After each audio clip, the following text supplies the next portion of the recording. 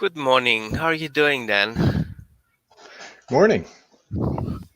So, we have a weird, interesting topic today, and you being many years in the business. I thought we should talk about services, dog services, kind of like 10 types of different dog services that dogs are usually offering to their people. And I thought that we should talk about, sorry, we should talk about how those dogs getting to that knowledge, and we should talk also about the ethical responsibility we have towards those dogs and what the problems come in. And I also see many people um, who are usually the ones who need those dogs are in a very financial difficulty. And how do they get to those dogs? By the way, this is Roman and Dan talking about dogs while having coffee. so um, Got my coffee cup.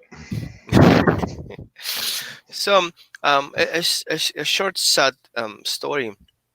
I was working with a client online, and she has several difficulties. She has health issues, and she has disabilities and mobility issues. And one of her friends, or somebody in a friend environment,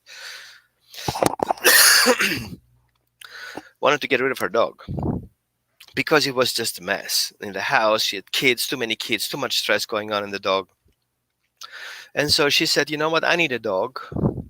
So she took the dog in, hoping at some point that eventually the dog would kind of help her a little bit with her disabilities. Now, she's a vet tech from trade, but through her illness, she wasn't able to do that anymore. She was basically housebound and pretty much very difficult to move around. That dog, in less than 4 months, developed such a skill and such abilities to become emotional support dog slash medical alert dog slash mobility dog slash and whatever came up in that period of time. The sad part of that is that dog was basically sick, but nobody knew about that. Suddenly he developed an illness, and in less than a week or two he went downhill, had a major seizure this morning for 10 minutes, and the vet said he has to go. And I was thinking, there's so many dogs out there that do service. And that particular dog, before he died, before he had the seizure, that dog brought her service. He brought her medication that she needs for anxiety, as if he would knew that he's dying and that she will need her medication for that, which is ridiculous. He says, I didn't have any symptoms. I didn't feel like I'm going into that, anxiety step. But the dog brought her the medication anyway. And then the dog went into a seizure. And I think this is a huge thing that we should be aware of. That dogs are not just pets. There's a huge thing that we actually not seeing here. Um, this emotional, this spirit in a dog that start giving a performance. And it's not something you can force. The dog physically does it on his own. He has to make a choice whether that information is something he should process or just ignore, right? So, what is your experience with service dogs, Dan? Well, the two dogs that I have now, Buddha and Gandhi, are both black labs, and I've noticed the similarity with the Blitz.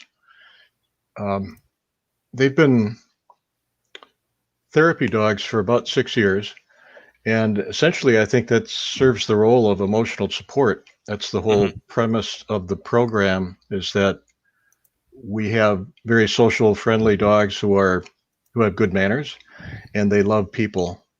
So we would take them into places like nursing homes or correctional facilities, and they would give of themselves to complete strangers the same kind of affection and support that they give us on a daily basis. there's a maximum security prison where we were part of the pilot program where they would bring in 3 teams of therapy dogs once a month. And we met a small group of people who had been incarcerated for many years, one of whom the prison psychologist told us hadn't spoken in years. He was so badly traumatized that he wouldn't communicate with anyone. And he happened to be one of the first visitors that Buddha and I were with. And as he came into the room, he stood in line with the other inmates, and they each had only about 10 or 15 minutes with the dog. And he was holding something to his chest, and he's looking down at it. And when it was his turn to meet Buddha, I introduced myself, and I didn't expect any communication in return. But he revealed what he was holding was a picture of his German Shepherd, a dog that probably had died while he was in prison. And he began talking about his dog, and he was focusing a lot on Buddha. And I was surprised that he was speaking, and I looked over at the psychologist who was watching, and he was just beaming from ear to ear, smiling. And I looked at the other staff in the room, and they were just amazed. So we had a nice, normal conversation about how much we love our dogs and how we miss them when we aren't with them, and how much they made us feel better. And on his way out of the room, he stopped and talked with each inmate who was waiting in line, showing the picture of his dog. So it was just amazing breakthrough in his therapy, all due to a dog. This is really an amazing story. And I work with a couple of clients that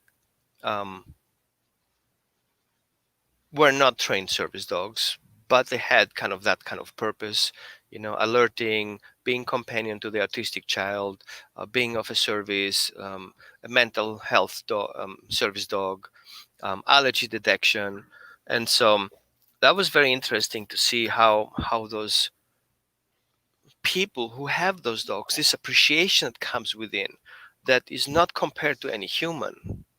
I know people who have been through trauma, and that dog is their emotional support dog, not on a paper, but the reason why they survived, the reason why they are where they are now, the reason why they walked away from a abusive relationship was because of that dog.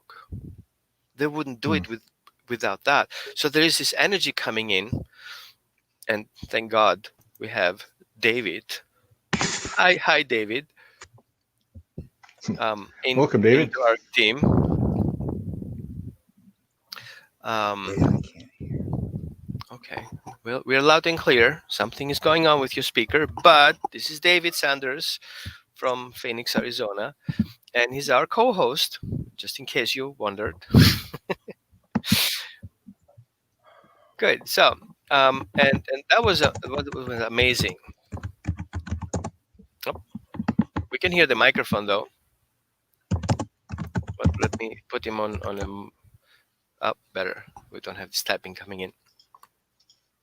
So this is amazing to see how those dogs will be in such a place of service without being forced to do that. Can you hear us, David, now? David, can you hear us now? Oh, there we go. Yay, we did it. Sorry. So tell us a little bit about your experience with service dogs. Oh, my experience? Yeah, because you work with service dogs too, right? You prepare service dogs. Psychiatric service animals. Mhm. Yes, we don't do like diabetes detection or like more task oriented stuff. It's more for emotional support for veterans primarily. So it's like interrupting panic attacks, creating space between the person and someone behind them or in front of them. That sort of thing. So what do you see makes that difference for being a service dog? How as a trainer, how do you separate a service dog, a good service dog, from a like that's not gonna work out? Oh, well, that's easy. They can't have, any aggression or fear or prey drive. They have to have the ability to stay focused on their handler out in public, which is very difficult for most dogs. A lot of dogs, the environment is more interesting than their person. So they have to have the ability to do that and the confidence to stay on point no matter what environment they're in. Then at any point you can intervene. Like you don't I don't need to give you guys the word. We're kind of like having coffee. What are you having, David? Is there coffee? Well, it's a an iced frappuccino. Again, I'm in Arizona. It's Yep. pretty hot out here. There's no ice in there. So I remember a couple of months ago, this lady called me and she says, "Oh, my son has a dog and I want him to be a service dog." And I says, "Cool. Um, what breed is he?" And she gets very upset about it. Like, what does it matter? And it doesn't really matter to me. I just wanted to kind of a better idea, temperament, size, kind of thing, to get a better idea what the dog's supposed to do. And she said, "Well, he's a pit." I was like, "Great. Okay. So what's the service you should do?" Oh, and she pulled down a toilet paper roll list kind of thing with list what the dog should do. And I was like, "Okay, so how old is your dog?" "Oh, he's 6." "Okay, so where is he? How old have you have the dog so far?" "Oh, she says we just adopted him." "Okay, so what was the criteria?" "Oh, he was so cute." And I was like, "Come on, give me something to hold on." However, it ended up not working out for that family because they had too much expectations of the dog, and the dog had no clue about anything. He wasn't even potty trained. He wasn't not proper socialized. He was not good with other dogs. He was super excitable in the house. Basically anything that made a noise, he would turn him like crazy. So the dog went back to the shelter at that point. But how do you think people should make those choices? Like people want to get a dog and they says, "Oh, I need my service dog." They look online and they're like, "What? $17,000? Are you freaking kidding me? I'm not taking a dog. I'm gonna make one. I'm gonna go to the shelter. They're for free, kind of $250 thing. Get the dog, train it myself. I'm gonna buy a book. Gonna go online, watch all these videos. In no time, I'm gonna have my service dog alerting me for I guess for my diabetes. I mean, yeah, maybe kind of getting like an anxiety attacks. Is this possible?" Well, you can train the dogs to do the tasks, but it's can they function in public? That's the hardest part around all kinds of distractions and still stay focused on their job. So there's a lot of dogs that have the ability to, say detect low blood sugar, but they can't work out in public because their prey drive is too high. Hmm. So that's the problem. Don't understand the temperament that's required for a service dog. They think they can just make any dog do it, and that's a complete What fallacy. is if we break down the job of a dog, no matter what kind of service he does, what are the primary aspects that a dog has to go through? Let's say, The for primary, example, the first aspect would be having a bond with a person or being able to create bonds with people in relationship to his job. Like bonding is an aspect. How can the oh, dog create relationships with the sure. person, with the stranger, with the public? What other things would be here important? I would say the drive, to stay to have the ability to work all day, and always stay focused on their task and not letting things in the environment sway their attention. And what else do you think? I'm thinking of my experience with pet partners when we went through a training program for the handlers to learn how to work with their dogs in those complex environments where we might be among students at a college and we might meet 50 or 100 people coming in and out of the room in a new environment and lots of different sounds and smells and activity. One of the first things I learned in the pet partners class was to basically always have your hand on your dog and be looking at them frequently and petting them and reassuring them and keeping their focus on you and watching their body language to see if they're getting overwhelmed by the stimulation in the room. It was close proximity, lots of eye contact and touch and speaking to the dog. And I found that was really helpful as I did training with my dogs to prepare them for these environments. I went to places like the local college has football on Saturdays in the summer. So I would go to the main street where 90% of the fans would be passing by, and there might be 80,000 people in the course of an hour. And there are food vendors and people honking horns and waving and all kinds of chaos. And I went there to work with my dogs on basic training. Can you look at me? Can you sit down? Can you do hand targeting? And what I got in return was during those therapy visits, they were completely. Oh, we lost Dan. So meanwhile, how about you? What did you see working with service dogs? Well, it really puts you to the test, as far as your abilities to communicate exactly what's required, and what you need of the dog. The hardest part is, I think, pairing the right dog with the person, because sometimes the person needs a secondary handler and may not understand that. And communicating that in a way that everybody still feels good about what they're doing, building confidence. But my struggle has been to be able to find those types of dogs. That's why they are so expensive. There is no fast track to real service dogs. That is a misconception. There may be, an exception to the rule where there's just a phenomenal dog that just does it naturally, but that's just so rare. And it really puts people in a bad position who have service dogs and really do need them, because now they're getting scrutinized because so many people want to take their dogs out into public that really don't perform a life task for the person. David, you wanted to finish up the story about being in the football game with all those people yelling and screaming and horns.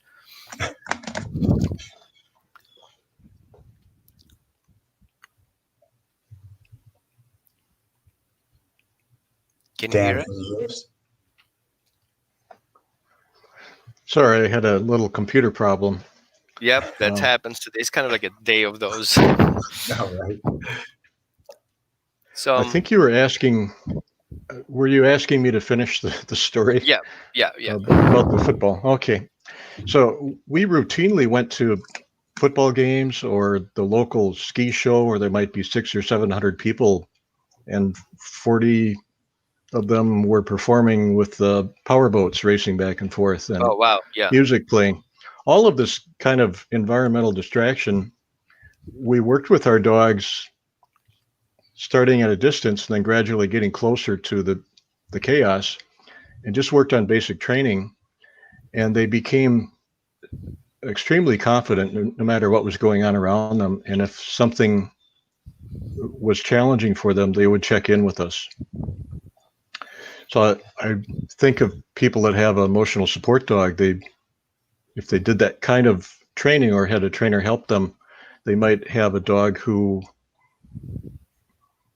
would be able to connect with them and not become distracted. Mm-hmm. But I agree with David. It's, some of these dogs are just naturally like that. Other dogs need more help in learning how to focus. And I think that's where reward-based training can be pretty beneficial. Well, Most definitely. when I look at dogs and try to find out if they're capable of doing things, I have a list of 9 qualities that I'm looking for. The first one is activity level.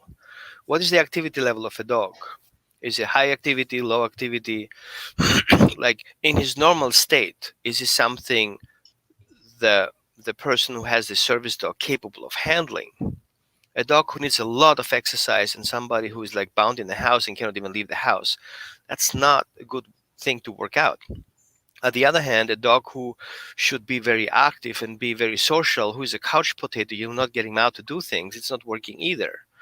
Then the other thing that I saw and you already mentioned is distractibility. How easy the dog is distracted from his job and how easily your dog can be redirected back to you. Is he capable of handling that? If the dog is being triggered any moment something happens, it's like all over the place, he will not be able to focus on the handler.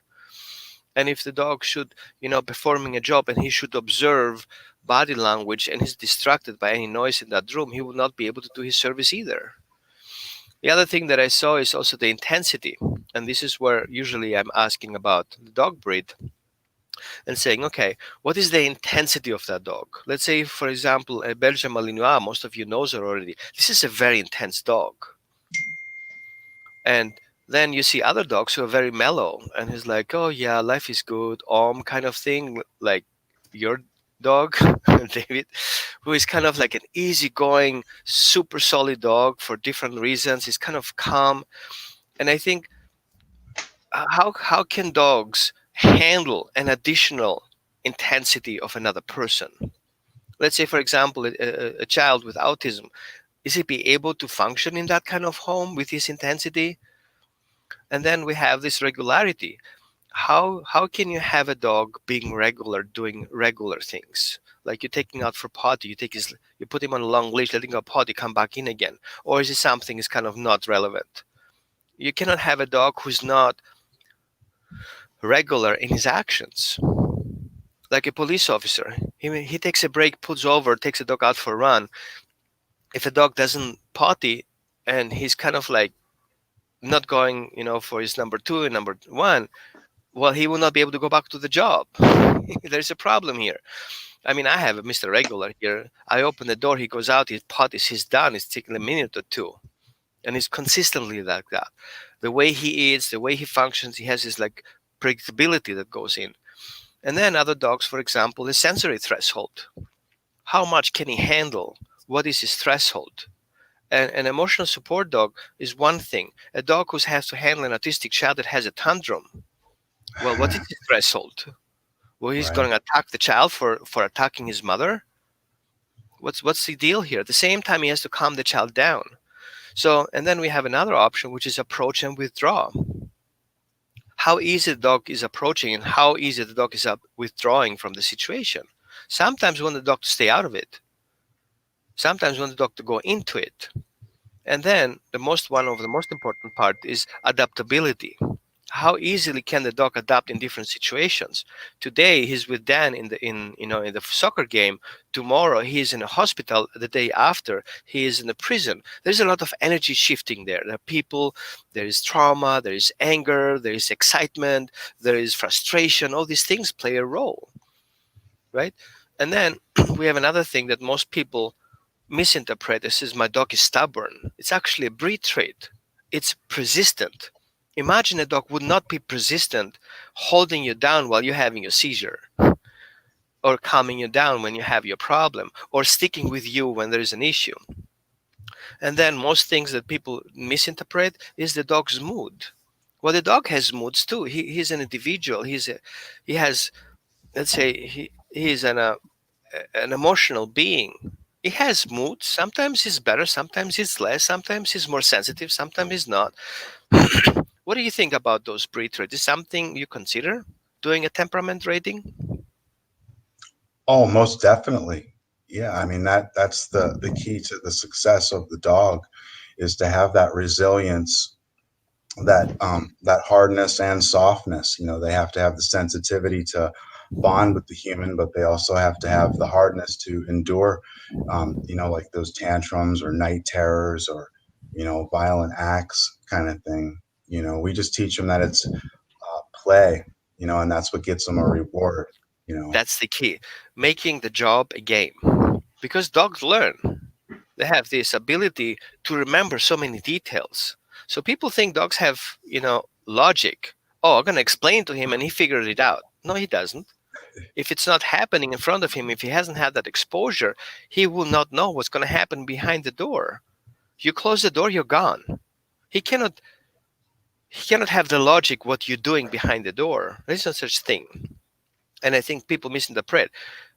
We use logic because we are unable to remember.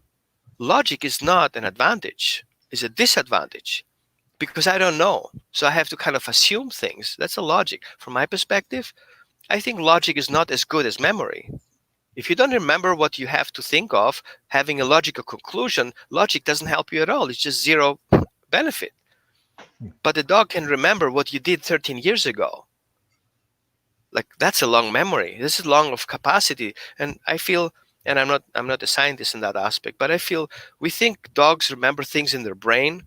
I feel dogs store memory in their body, in all sections in their body. Everything, the body is just full of energy. And so if the dog has to do a routine and it's not in his body, he doesn't know how to conclude it. If it's in his body memory, that's why we have some, generational breed traits where we bring, generational memory down. And that's why people who breed service dogs have more success than those who don't. It's because there is a genetic memory coming down from the parents and you cannot just ignore it. Like from scientific perspective, we see there's a variation between 42% genetic factors that makes the dog's temperament, or missing the right word now, and up to 60%. We're not pretty clear what's going on here, but I feel from my perspective experience that it's less than 50% that makes the dog genetically influence into his behavior. Because if that wouldn't happen, the dog will not be able to evolve. He will get stuck with his breed traits. But we see the dogs can evolve through new environmental factors. You change the environmental factors, you have a different behavior. So it does make a bigger difference. Food, health, exercise, his environment, the way he bonds, his family structure, everything affects. So if you have a service dog and you're not paying attention to environmental factors and you're only relying on the genetics, that dog will fail. And then, of course, David, you said it right. You have easy dogs, flexible dogs who are kind of like very easily to mold in the new situation, especially about 40% of those dogs. And then you have difficult dogs. They're really hard to change. But once they do the job, they kind of really stick into that. And we call them hard dogs. It doesn't have to do with punishment and all this stuff. But they're only 10% of the dog. So if you get a dog from a shelter, you don't really know what you get until you have the evaluation. What about dogs who are really slow to warm up? Are they good to be social? Not really. But that's 15% of the dogs that we have here. So if you want to make a distinction which dog I should take for which service, you need to be able to recognize what's a hard dog, what's a soft dog, what's a flexible dog. Otherwise, you will not be able to put them in service. Right. And it's hard to get a true read in the shelter. A lot of them are shut down. So one that would look, very calm and relaxed, is really depressed and sad. And then, once you get them home and they start to settle in, you start to see the real personalities come out. Mm-hmm. Is my audio coming in better now? I saw everybody's complaining about Yes, loud and clear. Okay, good. How can a person with disabilities get a dog? I would consult with an organization like ADI. Good. Which organization should they avoid? Well, I would think the ones online that you can just buy the certificate without going through any training. The dogs have to have at least a year and a half of training, I would suspect, unless they're just phenomenally natural. What does his certification testify? Well, that's just whatever organization is training the dog. They would create a bar, like a test, a public access test, and the dog would have to be able to pass that test and perform those tasks in all of those different types of environments under all different types of distractions. And once they can prove that they can do that, that would be the certification under that organization. But it doesn't really mean anything. There's no federal mandate that the dog has to be certified. They just have to be safe in public and perform their tasks and under Mhm. control by their handler. Dan, what do you think? Are there any organization? What is? How do I judge where to go? Like, I don't have a clue, right? I'm just have disabilities. I have a car accident. All of a sudden, now I'm in a wheelchair. I'm alone in my home. I cannot reach certain things. If something falls down, I can't even bend over. Like, where do I reach out there? I'm not really familiar with the service dog organizations, but I am thinking of recent webinar I attended with Suzanne Clothier, who's a veterinarian and a breeder. She talked about how she developed the enriched puppy protocol, and that she has bred 10 generations of German Shepherds. And as she described it, that can be a breed that it could be a bit unsteady or anxious or have tendencies to be alarmed by novel experiences and novel people.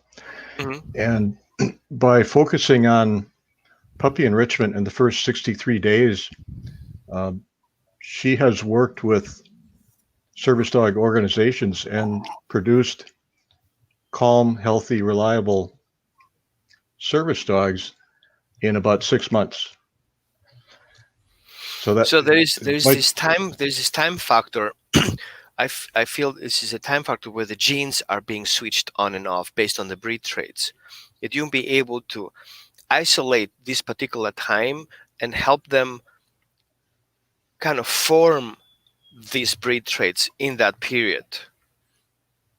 Am I right,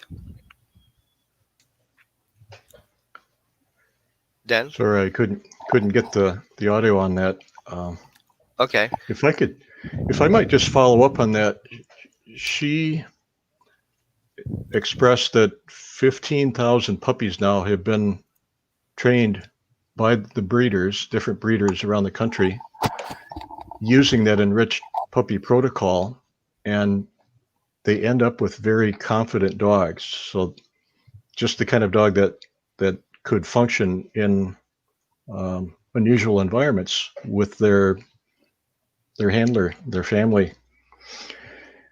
So if I was looking for a service dog, I think I would search for a breeder who uses that enriched puppy protocol, and hopefully I would be able to get a dog that would have a lot of confidence and would be healthy and would have a good temperament. That's another thing that she looks for as a breeder.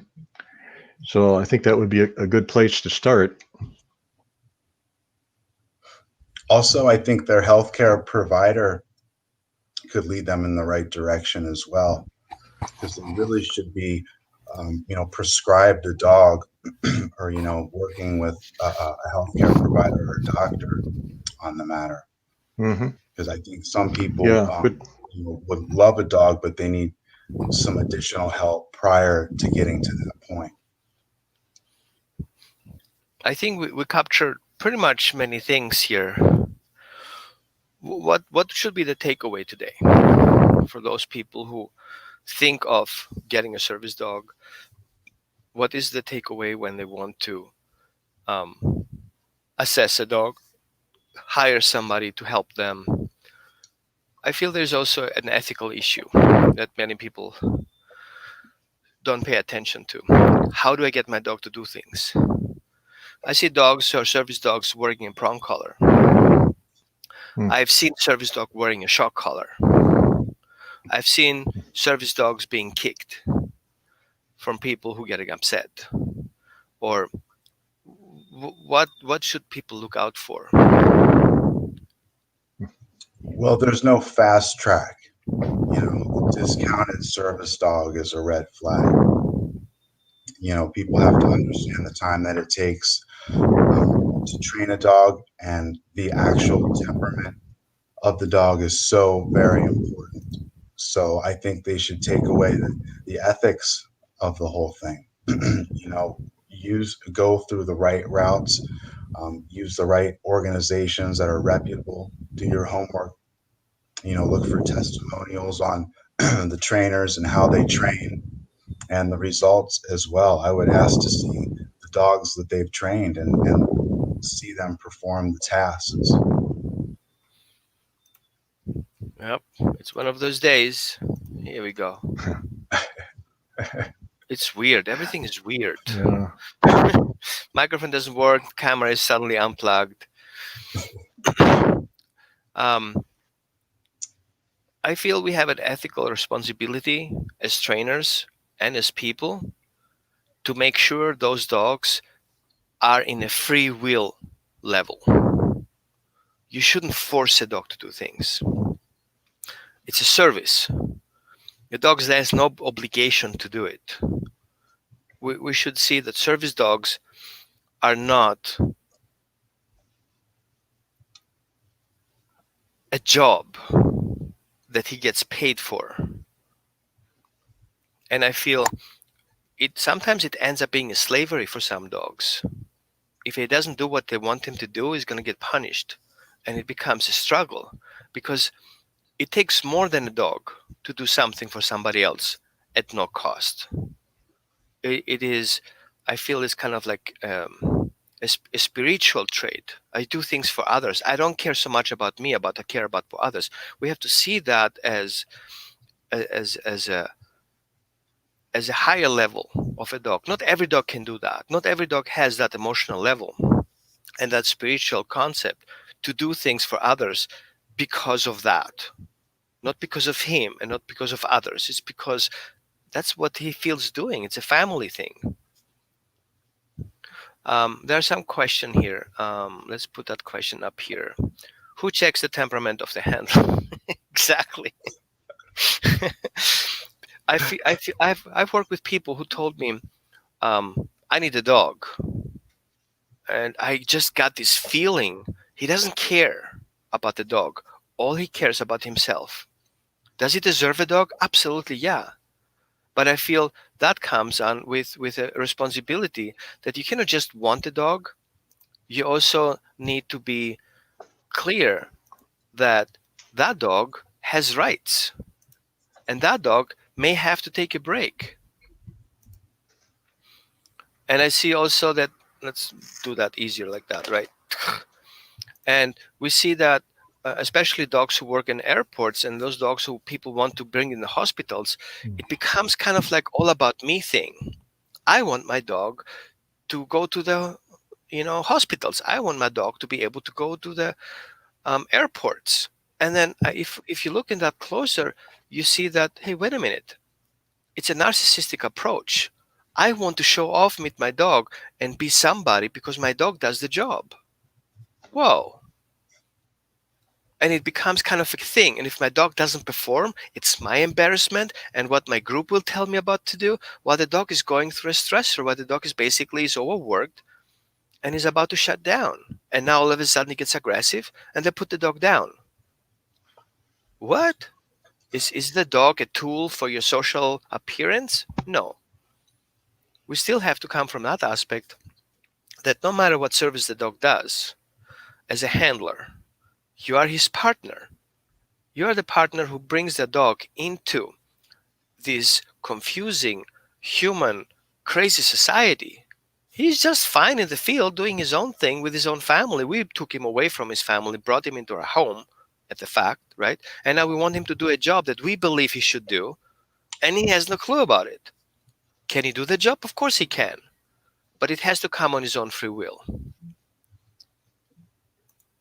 What do you guys think? Is there liability as I don't know who that post, I don't see the name. Is there liability something that we have to force into a dog because we call it a service dog? He has to be 100% accurate or he's being punished? What are the factors? Because I have my phone, it doesn't always work. I paid $5,000, no, sorry, $1,000 for it. Well, sometimes I want to throw it in the wall because it just doesn't do what I want him to do. Well, if I pay something $15,000 and I expect him to work better than a car, what? What are the chances here that a dog can be 100% accurate? What are we expecting from a dog to do? What are we expecting from a trainer to achieve, bringing such a high, outcome? Well, I think the dog has to be able to perform those tasks because there's lives at stake. I mean, especially guide dogs walking into the street is a severe consequence, that could get them both killed. So they have to understand boundaries, the line that they're supposed to walk and the difference between the curb and the street, and there has to be a consequence for when they walk into the street. The trick is just to mark it for the dog to understand that they need to choose another behavior. There doesn't have to be, pain involved, just a form of communication to let them know that they need to look for a different behavior to do. I'm not sure who of you guys is a certified AKC, Canine Good Citizen trainer, but do you feel that approach is bringing the reality of a dog in public? So if a dog is AKC, Canine Good Citizen approved or certified, is this Mhm. reliable? Is this a good way to assess a dog in public? Do we have alternative, better options to make a dog be more social, more persistent, more reliable in public?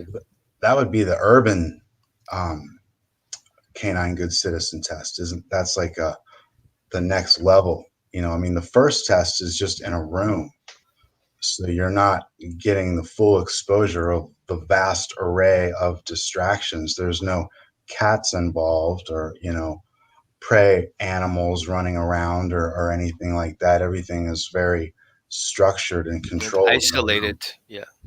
Yeah, so it's easy for a dog to pass that if that's what they practice, but that doesn't make them worthy of public access by any Mhm. means. How long do you guys think can a service dog work per day? What would be his working schedule? What you would say, you're working too much with that dog. Gosh, that's a tough one, and I've seen that problem with a lot of dogs being overworked. Just because their handler expects them to be there for them all the time. Is it I've even possible to have recommend. two dogs, like working in Um, two shifts? I like that idea personally. Mhm. It can be tricky at home managing the dynamic for the dogs to understand who's working and who's not, especially if they're competitive. That I kind of remember, thing. I think it was about 5 years, no, maybe 7 years ago. I was working with a person. I don't think he's in life anymore. I think she was in the U.S. recordings, the person who lived the longest, being in such high pain level. So she had three dogs. She had three mastiffs. The one was a medical alert dog. The other one was a suicide alert dog, and the other one was an emotional support dog. It basically calmed her down when she went into a spin. And these dogs were large breed dogs, and they were guardian breeds. Now, the weird part was that while performing their tasks, and these dogs were just trained by herself, Mhm. um, they become guardian over her and her mother. So every time the mother would come in, those dogs would not let the mother coming in. And the reason why I was called in is because the dog showed aggression towards the mother, and I had to figure out what it is. Well, it ended up that this person had a past experience with one of the relatives, and as a young person, and the mother supposed not to know about that. So she would have this anxiety being quiet about the story, about what happened, the abusive thing that happens in their home. And every time her mother would come in the house, because she was hiding medication, because she was planning her suicide, the mother came in, she got anxiety the same way she felt in that trauma. And the dog made the conclusion that this person coming in, my person has anxiety, I have to stop that from happening, and showing aggression towards the person comes in the house, giving her medication that she needs to survive. And This is such complex things that can happen that people don't see it coming. We don't see the energetic trauma aspect in those things. People get angry. Autistic children have tantrums. People have suicidal thoughts, and the dog has to make judgments and choices how to handle the situation at that moment. If that dog doesn't have a solid foundation of emotional troubleshooting skills, he will fail no matter what kind of certification he has, because I think nobody tests the dogs in troubleshooting skills unless that when you just mentioned, I just recall the name right now, where the dog has to troubleshoot a bunny running. Like, okay, I've been triggered. What do I do? Okay, I have to be back on the job. This conclusion, this either or and but mind thought has to go through the process. And I think that's more important than picking up a dog because he's cute or picking up a dog because he's not so sensitive. We have to see a service dog as a complete individual on a job, not just an animal on the job that has to perform a job towards a person. There's a two-way responsibility here. The person performing his skills as a guardian, as a partner, and the dog doing his job in exchange. It's not only one way, it's both ways that has to be addressed. Most definitely.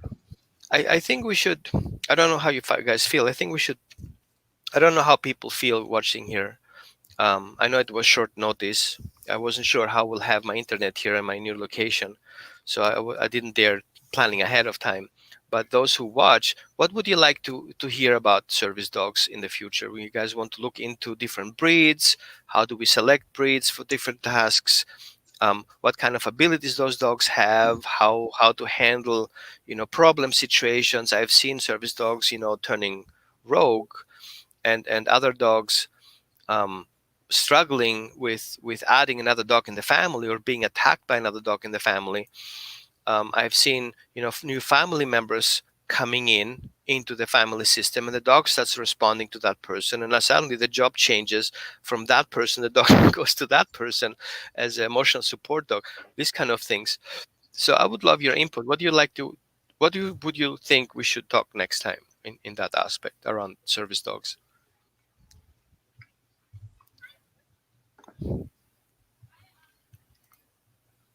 David, Dan? Dan, you want to take this? I'm having a hard time when you speak, Roman. The words I'm hearing sound garbled, and I don't know. Oh man. Okay. Not sure what you asked. David, can you repeat that just in case my voice doesn't come over there? Oh, just what are the things that you would like to see or talk about in regards to service dogs? Like, what are the most important aspects or points that you think people should know about? I think the temperament of the dog is really crucial. I know someone who paid probably $10,000 to a breeder in a different state to get, it was a German Shepherd, to get a dog that was trained and was a service dog. And the owner was a school teacher, so she wanted her dog to assist her in the classroom. And this dog did not have the temperament to cope with that. It would be growling at the school kids, regardless of which class she was teaching. So virtually all the kids in the school were so worrisome to this dog that it felt threatened and it was growling at them. And that was creating a lot of stress for the owner, the teacher. And she'd also take the dog into public places like restaurants, and the dog wasn't happy with that either. So it was a terrible situation. The dog just was not suited for that. And I asked her on a few occasions what service the dog provided for her, because I'd never seen the dog do anything, not picking up objects or opening doors or doing any kind of a task. And she nearly broke down in tears. She wanted a dog that was a companion or maybe an emotional support dog. But whoever the breeder was, I can't imagine that he actually produced a service dog because I didn't see any kind of service. And the poor dog was being put into situations that it couldn't cope with, and it actually was becoming a liability. So again, as David said, I think you really need a dog who is confident and has a good temperament and can cope with the environment that you're putting him in. So I would recommend going to the reputable organizations that's provide service dog training and look for references. And I would probably try to work with someone in my own state because that was a major drawback for this person. She couldn't go back to the breeder for help. It was not a good kind of a situation for her. Really couldn't do much for her either. The dog just wasn't up to the task. Okay. Thanks a lot, guys. I think my coffee's empty. How about you guys?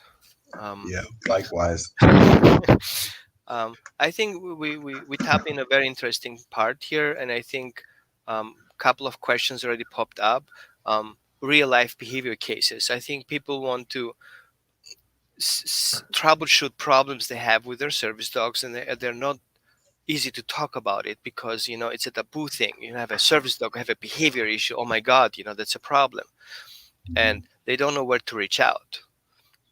I know people who had dogs going to the airport and they had severe issues in the house, and basically going to the airport was an escape. But what if the situation came up in the airport, like a person yelling or a dog barking or something? The dog would kind of go crazy about it, and so there was always such tension behind that. I think we should look a little bit more into troubleshooting, which also covers our behavior stuff. Yes, David. Yeah, Okay. I'm ready.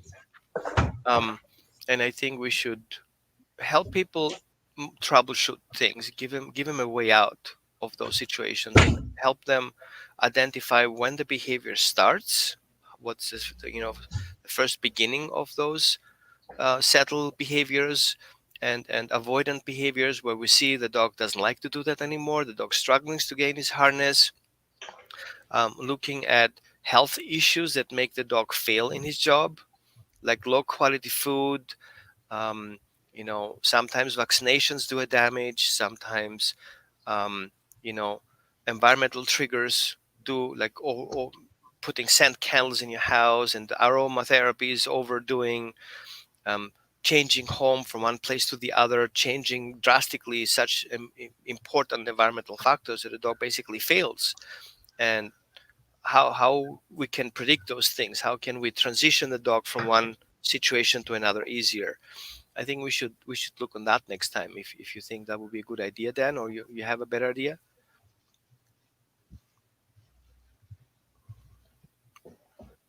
Oh, I see, you couldn't hear me. We will talk about that. I'll wait David to come back. Uh, it's been a challenging day with the internet connection. I've lost my signal Yeah, 3 times, so I lost my camera 3 times. It must be the day. Good. Okay. David, you know what? He went to bring some more coffee.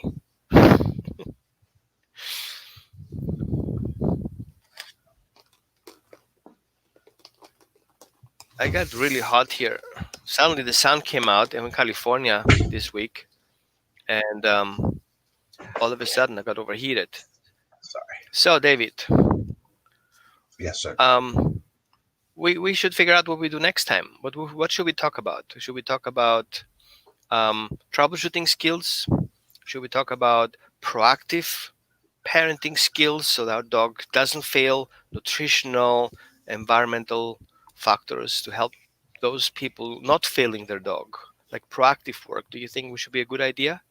Oh, I love proactive training. That is one of the biggest things that I drive home with my clients is to think ahead, anticipate, know your dog. Don't wait, for the dog to do something that you don't like to react. That's Okay. reactionary training is too late. So I love that, teaching people how to be and think proactively is because you have to change your thinking. So next coffee table round would be, I put it out there, proactive. My spell check alarms me. Dude, that's not what you wanted to say. Proactive parenting of service dogs. Sounds good? Sure. Oh, you're talking about service dogs, not pets. Oh, the service dog in Okay. general. Okay. Okay, so next coffee table round, proactive parenting of service dogs. Make sense? I think we should do that, right?